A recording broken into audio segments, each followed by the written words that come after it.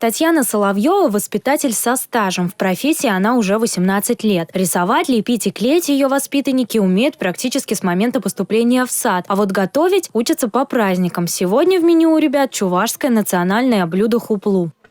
Когда делать своими руками, очень вкусно.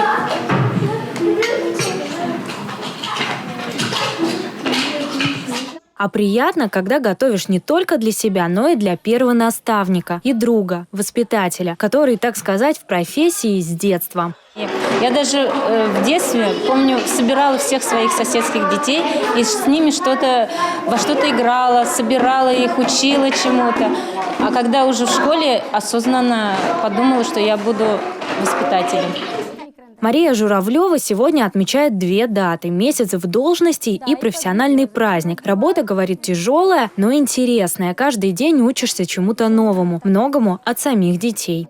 Первый рабочий день для меня дался немного тяжело, потому что было тяжело найти с детьми общий язык. Но с каждым днем становилось все легче, и мне помогали другие воспитатели нашего садика.